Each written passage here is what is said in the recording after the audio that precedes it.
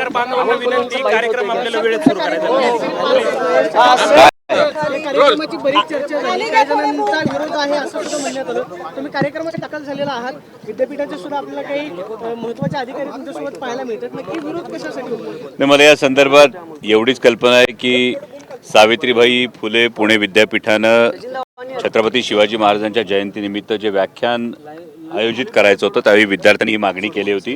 त्या पद्धतीनं विद्यापीठानं मला निमंत्रण दिलं होतं आणि मी निमंत्रणाचा स्वीकार केला. त्यानंतर आपल्या काही माध्यमकर्मींकडूनच मला विरोध होतोय असं समजलं, परंतु या संदर्भातला कुठलीही कल्पना मला नाही आहे आणि आज मी तुमच्या समोर इथे व्याख्यानासाठी उभा आहे. त्यामुळे असा जर कुणाचा विरोध असेल तर माझी त्यांना विनंती आहे की या व्याख्यानाला बसा, ऐका, प्रश्न विचारा. आणि ही गोष्ट नवीन नाही आहे.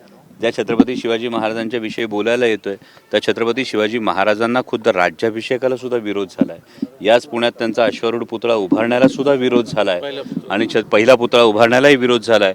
आणि छत्रपती शिवाजी महाराजांची समाधी ही तब्बल 180 वर्ष ही लोकांच्या स्मरणात राहिली नाही, ही याही वस्तुस्थिती आहे. त्यामुळे मला असं वाटतं की कुठलंही व्याख्यान करणं, विद्यार्थ्यांशी संवाद साधणं हा एक वैचारिक भाग आहे. आणि मी जेव्हाही छत्रपती शिवाजी महाराजांची भूमिका साकारतो राजकारणाचे जोडे बाहेर ठेवून करतो. त्यामुळे मला असं वाटत नाही याला जर कोणी असं पत्र दिलं असेल तर अशी कुठली व्यक्ती कारण कोण आहेत आम्हाला कळलं नाही. विद्यार्थी सकल विद्यार्थी समूह असं काहीतरी ते रजिस्ट्रेशन नाही, नावं आहेत काही मुलांची, पण ते कोण आहेत, नंबर नाही, कोण आहेत ते, मग कुणाचा छुपा अजेंडा कोणी राबवतोय? मला वाटतं जेव्हा विरोधाला चेहरा नसतो तेव्हा कदाचित विचारांची भीती ही मनात त्यांच्या बसलेली असते, तेव्हा विरोधाला असा कुठला तरी मुखवटा घेऊन पुढे यायचा प्रयत्न होतो. तसा असू शकेल. नवीन ट्रेंड सुरू झाला का? काल आपण बघितलं तर श्रीमंत कोकाटे यांच्या व्याख्यानाला देखील विरोध झाला.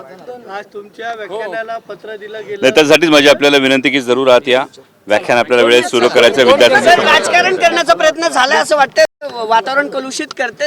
मला वाटतं जर चेहरा समोर असताना काय नेमका विरोध आहे हे कळलं असतं तर मला त्यांच्याशी संवाद साधायला बरं वाटलं. एक शेवटचा प्रश्न, छत्रपतींच्याच राज्यात छत्रपतींचं म्हणजे ऐकायला विद्यार्थ्यांना ऐकायला दाखवून जावं लागते, हे किती योग्य आहे? जाणून बुजून हे सगळं केलं जाते राजकीय पोळी भाजण्यासाठी? मला असं वाटतं या सगळ्या पार्श्वभूमीवर कदाचित विद्यापीठानं जर ही सुरक्षेच्या कारणास्तव जर अशी गोष्ट केली असेल तर ही विद्यापीठानं घेतलेली काळजी आहे. त्यामुळे मला वाटत नाही या मुद्द्याला आपण अशा वेगळ्या पद्धतीचा रंग तुमच्या कुणावर संशय, कुठली संघटना काय?